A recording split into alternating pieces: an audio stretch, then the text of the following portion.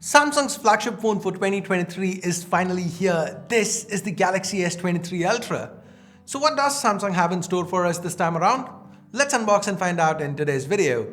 Hey, my name's Ash, you're watching C4E Tech, and let's get started. Now before we proceed, a quick request: if you're on Telegram, use the link in the description to join the C4E Tech channel so that you can keep track of all my new uploads. This box, it's your typical kind of Samsung flagship box you find these days. It's small and compact since, you know.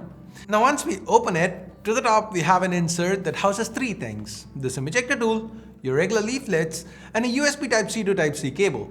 On the other side we have the gorgeous S23 Ultra itself.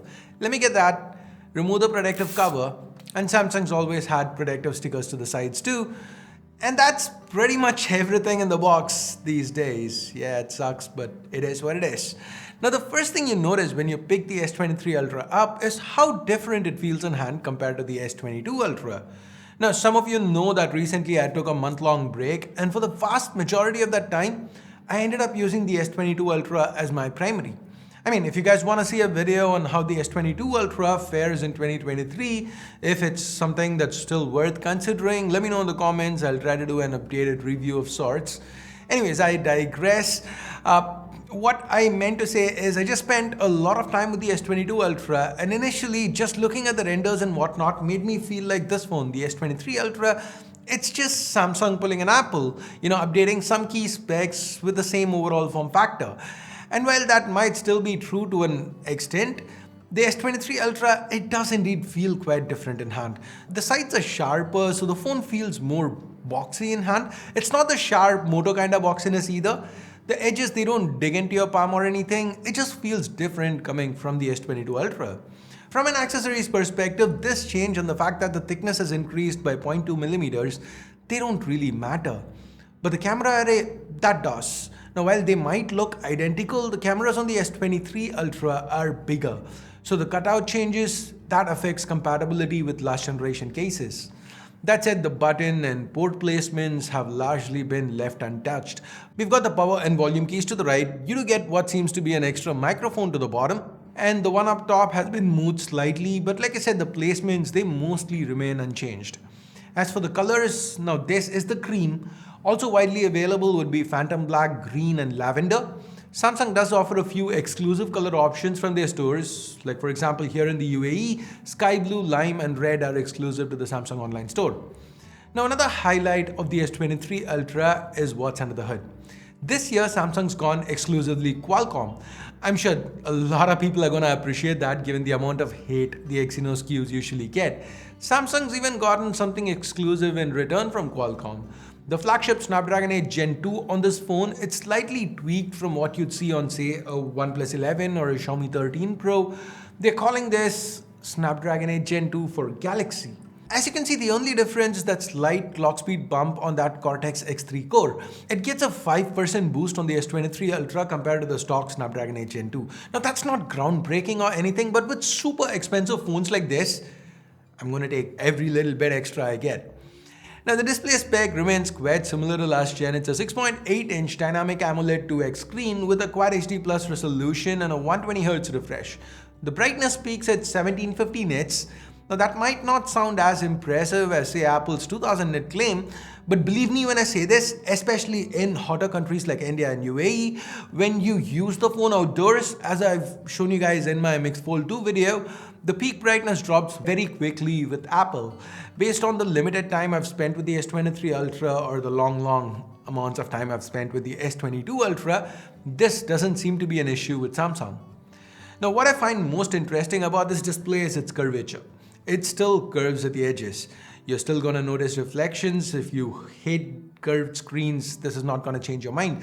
But this time, it's a much steeper curve. So say using the S Pen on the edges should be easier here. Talking about the S Pen, that's one of the things I absolutely adore about Samsung's Note lineup, something that we find on S Ultras exclusively these days. I don't really use it to take down notes or sketch because, well, I can't sketch for shit. To me, it is super useful when I need to use desktop sites. The accuracy that it brings with it, I love it. And the S Pen is one of the reasons why when I took a break, the S22 Ultra was the phone I turned to. Anyways, the S Pen is present. It brings all the cool S Pen functionality that we've gotten used to over time. It's a pleasure to use on the S23 Ultra. Now let's move on to one of the biggest changes of this phone. In fact, this is the one I can't wait to start testing in depth. The optics. The primary camera is now a 200 megapixel sensor. Samsung markets it as their largest sensor yet. Well, that's technically true. It's not as big a deal as they try to make it sound. From purely a sensor size standpoint, it's barely larger than what was on the S22 Ultra. And the competition has been using larger sensors for almost a year now. But sensor size is all but one factor that makes an image. The performance, the overall final product that we get, the final image, it's just amazing. This sensor, it's paired with an optically stabilized f1.7 lens, and color me impressed. Samsung's processing, the colors, the new ISP. I've not yet started on comparisons, but I honestly think, based on my initial impressions, this could be the phone camera to beat this year. I really like what I'm seeing. We also get a 12 megapixel ultra wide that's capable of autofocus. So yes, it does pull double duty for macros. And there are a pair of 10 megapixel telephotos, 3x and 10x respectively. They have optically stabilized lenses too. When you shoot 10x or 100x with digital crop, that's when every minor shake kind of translates. And to be able to get images like this, Samsung once again seems to have done a really good job. This shot was taken from my balcony. See that truck there? That's the number plate. Insane, right? On the video front, the max resolution still remains 8K, but we do get 30 FPS instead of 24 this time around. 4K 60 still seems to be the sweet spot for me. I just love how the video is, and Samsung even provides a pro mode for it. Now here's something cool. See, I'm shooting a video, and as I'm shooting, I can flip to the other sensors, including the selfie camera. That is gonna be really useful if you're someone who shoots content on your smartphone. Now as for selfies, we get a 12 megapixel sensor with dual pixel autofocus, which means this time you even get a pro mode for it. As for software, this is One UI 5.1 built atop Android 13, and Samsung is promising 4 years of Android updates. Now here are some other little things you might want to know about the S23 Ultra. We get physical dual SIM support. The phone comes with an IP68 rating. For protection, Samsung's gone with the new Gorilla Glass Victus 2 for both the front as well as the back. While the battery capacity remains unchanged at 5000 mAh, but due to all the new stuff that's packed in, the weight has gone up by a few grams. It's not a big deal, but more of just an FYI. Now charging support also remains the same, 45 watts, 0 to 65 in 30 minutes is the claim. Wireless charging remains at 15 watts with reverse wireless charging available too. So that's the Samsung Galaxy S23 Ultra. It's one of the most expensive Android phones you can buy right now.